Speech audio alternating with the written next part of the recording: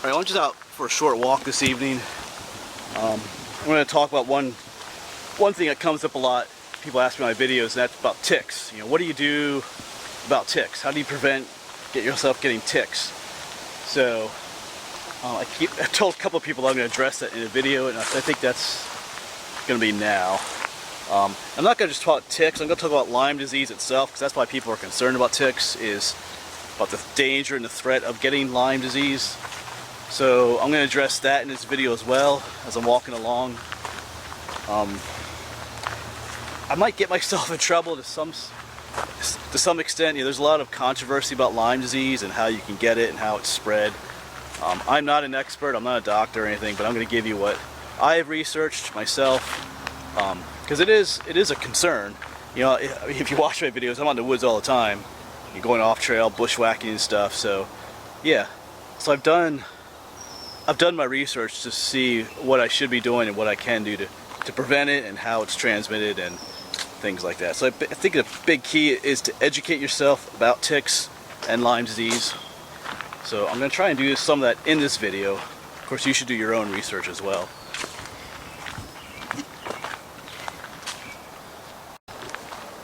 Because I think that education is a big key in helping, you know, like maybe your fear of getting Lyme disease. Like one thing that bothers me, I see parents do a lot, is, you know, if the kids are outside and they go near some plants, maybe along the edge of the woods, the parents are like, oh, don't go there might be poison ivy there. Or if the ball, you know, they're playing ball and it rolls somewhere where there's, you know, some weeds growing, the parents are like, don't, you know, be careful, it could be poison ivy. You know, all they're doing is teaching their kids to fear the woods, to fear any wild plants just growing around. Why not teach your kids, and teach yourself as a parent, what poison ivy is? Or even, it doesn't matter who, you don't have to be a parent or a kid, just yourself. Teach yourself what poison ivy is, so that when you're in the woods or you're in a situation where the ball, you know, rolls to the edge of the field or something, you can stop and look and identify if there's poison ivy there or not. If there is, you can avoid it. If there isn't, then you just go about your business. So educate yourself. Don't just fear what's out there.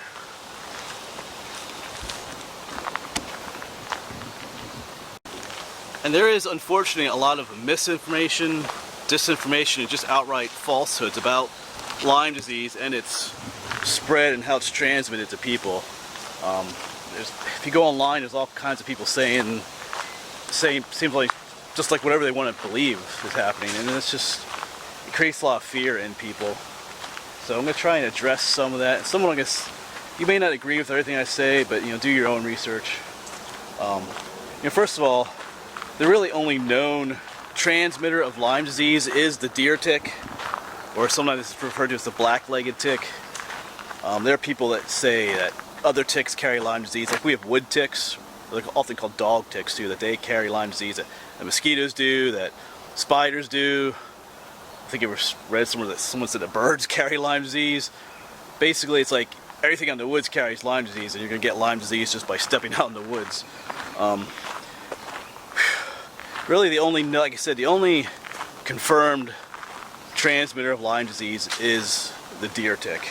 I know I've read from other sites that say that mosquitoes can carry it, and there might be some evidence for that, but it's not I don't know.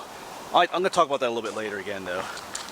So there are other ticks out in the woods. There's the wood tick, which is about twice as big as a deer tick. So just because you have a tick on you doesn't mean it's a deer tick. It could be a wood tick, one that doesn't actually carry Lyme disease.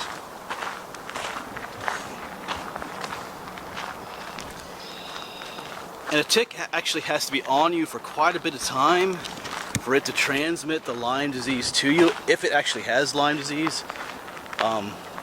Even if it is a deer tick, how's that go? Even in high Lyme disease areas, only 1 in 4 ticks carries Lyme disease. And they have to be on, like a tick, when a tick gets on you, they crawl around your body for a little bit, around on your clothes and on your skin. They're looking for a more softer spot to like chow down onto you, get into your skin. And even when they do latch onto you, they only latch onto you very lightly at first. It's only as they're on there that they start burrowing their head down into your skin to get down to where the blood is.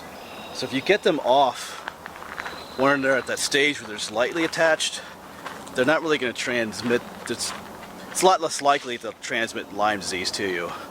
It's when they're actually in your skin hard. That's when they actually start feeding on you and transmitting the Lyme disease to you.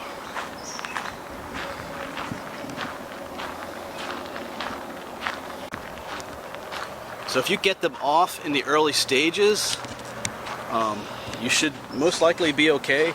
Like, you know, if you're going to be out in the woods or outside and you get home, you know, change your clothes, take a shower.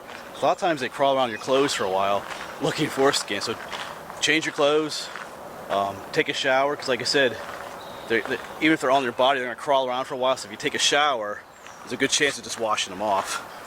And even then, like when you're in the shower, just kind of check your body, look for places that they might attach to. They like your pits and bits, they call it, your armpits and your down under bits sometimes. That's kind of awkward. But behind the ears, different places like that are kind of softer, they can latch onto. I mean, they'll latch onto anywhere, you know, but they like those softer areas. So just check yourself, check your kids. You know, if you're careful about it, you know, you don't have to fear going out into the woods. And the fact is, you don't actually have to go out into the woods to get a tick either. My mom got a tick on her just by putting laundry out on the laundry line. You can get a tick just by going out to get the mail. You get ticks from your pets. If your pets go outside, you know, to poop or pee, and come back in, they could be carrying a tick on them. You know, you could just lock yourself up inside and never go outside, and you know, either an animal or someone else could bring a tick into the house. So don't fear going outside. Just know, if you know they're out there, just know to check yourself. You know, change your clothes, take a shower, different things you can do to prevent them.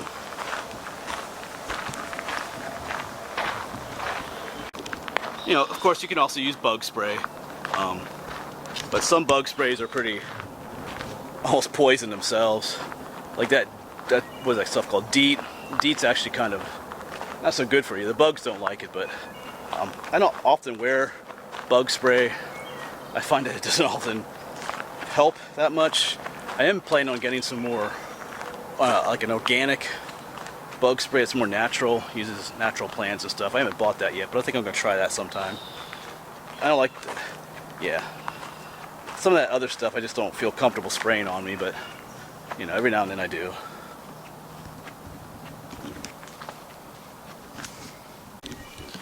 Let's just talk a little bit more about Lyme disease itself and its relationship with the tick, whether you're interested in this or not. But like the deer ticks are not born with Lyme disease. Lyme disease comes from a bacteria that lives inside the tick. They're not born with that bacteria. So, you know, ticks hatch from an egg, and then they're a nymph, and they eventually go through different stages into an adult. So the nymphs, you know, when they hatch, they do not have Lyme disease in them. They gotta get it from another creature. It's usually some sort of a mammal, like little chipmunks and other mice or deer. They get the Lyme disease from, and then that bacteria lives inside them, in the tick, and which normally it wouldn't be able to, because if you live inside someone's digestive system, you're usually going to die. You're going to be digested. But the bacteria secretes, I think it's some kind of protein that protects itself, kind of tricks the tick's digestive system into thinking it's, I don't know how that works, I forget how that works. And even when the bacteria travels to the tick's saliva as it's feeding, it secretes another protein that protects it from the saliva, because saliva is actually part of the digestive process. Here's something gross for you. Like if you're eating like a really creamy soup, when you get close to being done with that soup, it's not going to be as creamy anymore, because every time you put the spoon in your mouth, you know, eating your soup, and put the spoon back in your soup, there's a little bit of saliva on your spoon, and that saliva goes into the soup you're eating and starts to digest it before you even eat it. So your soup is actually, as it's sitting on your table, your soup is actually being digested by the saliva that was on your spoon. So anyway, you can think about that next time you eat soup, or anything for that matter. So yeah, the proteins that the bacteria secretes, protects it from things like that when it's inside the tick. So there's actually a complex relationship between the tick and the Lyme bacteria inside it. It's like a symbiosis. So that's one reason why, you know, the bacteria isn't necessarily carried by other ticks and insects, because that relationship doesn't exist with them. You know, like a tick feeds on you for a long time. Well, I mean, they're on your body for a long time, even several days sometimes. You know, sometimes they don't even start feeding, even after they attach. They don't necessarily start feeding until like a day later. So, and the bacteria inside the tick has all that time to travel from the tick's digestive system into your body. There are some people promoting that mosquitoes can carry Lyme disease and transmit it. I did read one website where they found the bacteria in a mosquito, so that's where some of the information is coming from. But the question is, you know, like a mosquito feeds very differently than a tick. Like I said, a tick is on you for a long time, whereas a mosquito lands on you for a few seconds. It pierces you, sucks some blood, and it's off again. You know, and the question is that long enough for it to transmit the bacteria, and can the bacteria even live inside a mosquito for an extended period of time? I mean, if a mosquito feeds off of someone that has Lyme disease, you might find the Lyme bacteria inside the mosquito's digestive system. The question is, you know, can the bacteria live long-term inside the mosquito, and can the mosquito actually transmit it to another human? You know, that's all up in the air, kind of, sort of.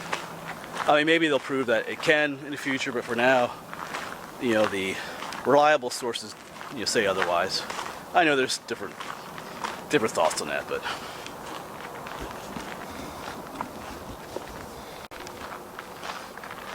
you know, a lot of people freak out about the nymphs. Like I said, when the nymphs hatch, they're very small, really tiny. But you know, if a nymph is on you, if it's feeding for the first time, it's impossible for that nymph to have Lyme disease, because they get it from feeding off of something else. So if you're its first blood meal, you can't get Lyme disease from it. Another interesting fact is that the adult male ticks are not feeding. They don't feed on blood, the adult males. But you can still find the adult males on you. Like most of the time when I find ticks on me, they're the wood ticks, the dog ticks, which don't carry Lyme disease. I'd say 80% of the time they're those ticks. But other times it is a deer tick, but half the time it's been a male. You know, so why is a male on me as a human if it's not feeding on my blood, looking for a meal? Well, the females, before they lay eggs, they need a blood meal. So the females are on you looking for blood. What's a male tick looking for? He's looking for a good-looking female tick to, you know, to do what they got to do. So in order to find a female, he's got to be where the females are, and that's potentially on you. So I know the one tick I found was a male just crawling around on me. He was just, you know, they pose no threat at all in that sense.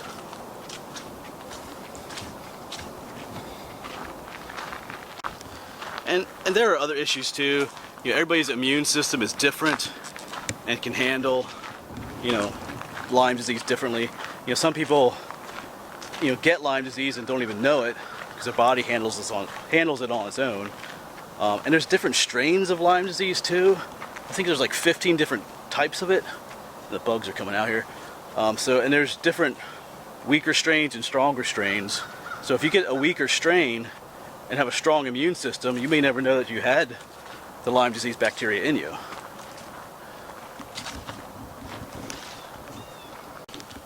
Yeah, sorry, I just one of those pesky flies keep laying on my face. I think he's gone. Oh, he's back again. So anyway, I'm getting off track here, but yeah, but if you get one of the stronger strains of the bacteria, you could have different issues. Like I know a lady who got, and ticks carry other diseases as well. Like I know one lady who got Lyme disease and something called what's it called, babesia, from the same tick bite. So it kind of overwhelmed. I got him. It kind of overwhelmed her immune system, and even today she still suffers from chronic issues with Lyme disease.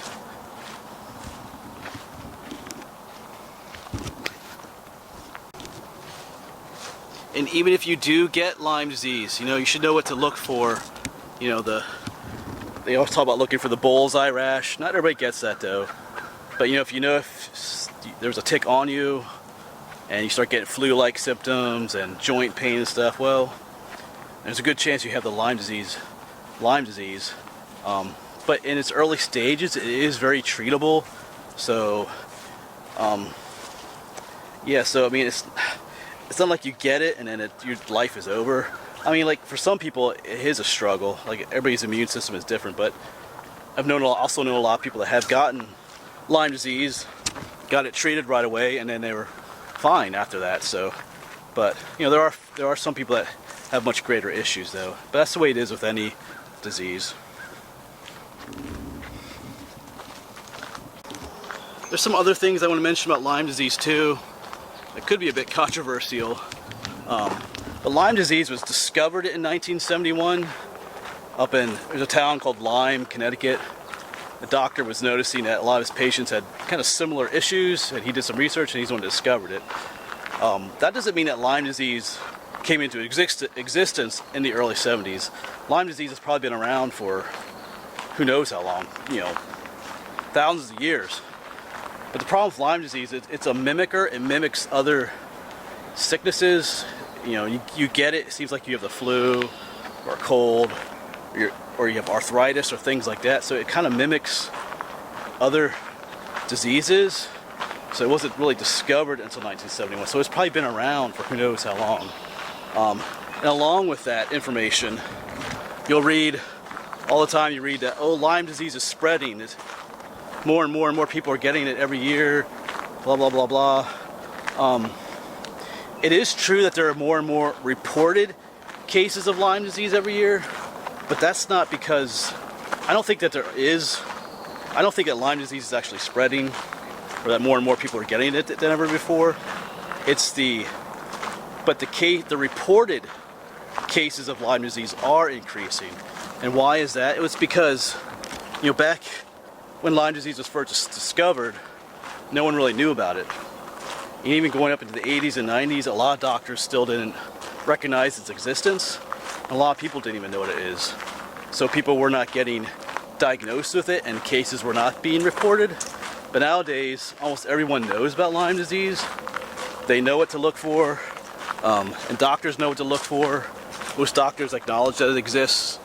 So what you have is more and more people going to the doctor for Lyme disease and getting diagnosed with it. So you are getting more and more reported cases of it every year.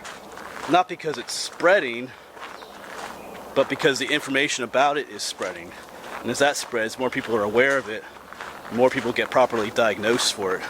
I just think that Lyme disease has always been around. It's just that our knowledge of it is growing. That's why there are more reported cases of it. A lot of people might disagree with me on that, but I just think that's the way it is. Because I get tired of what I would call fear tactic for people to try to, you know, when it comes to ticks and Lyme disease, so many people it's like to try to scare people to not go into the woods or to go outside at all. I just don't agree with that.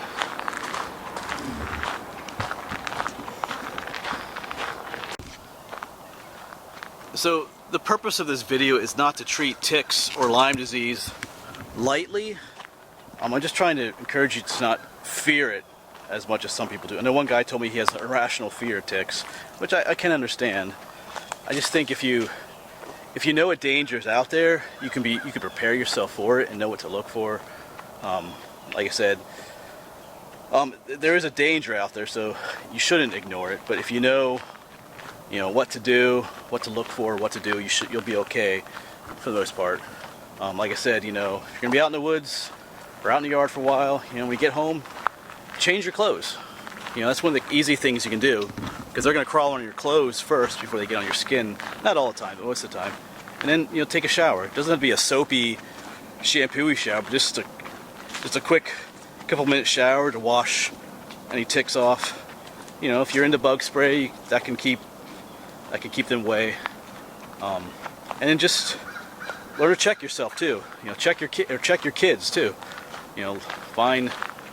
Teach yourself where ticks like to go, and and if If unfortunately a tick is attached, there are ways to pull them off. Like when they're just lightly attached, they come right off. Just grab them, twist, pull them right off.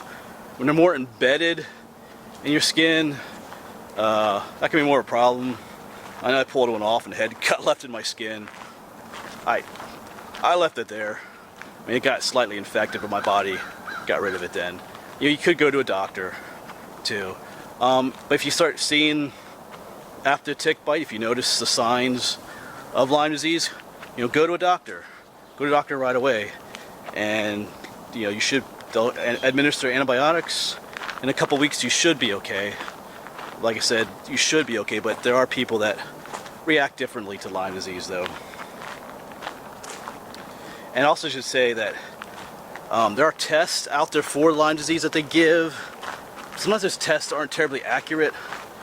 The test doesn't test for Lyme disease, it tests for the antibodies that your body makes to fight it. So if you just got bit by the tick and your body hasn't built up antibodies yet, the test will come back negative. So just be aware of that too. Sometimes people pay a lot of money to get tested, and they get tested negative, and doctors like you don't have Lyme disease, but they actually do. The body just hasn't built the antibodies yet, and then they go for weeks without being properly diagnosed, and then other issues come up too then. Because the longer you have Lyme disease, the more difficult it is to get rid of, and the more troublesome it can be.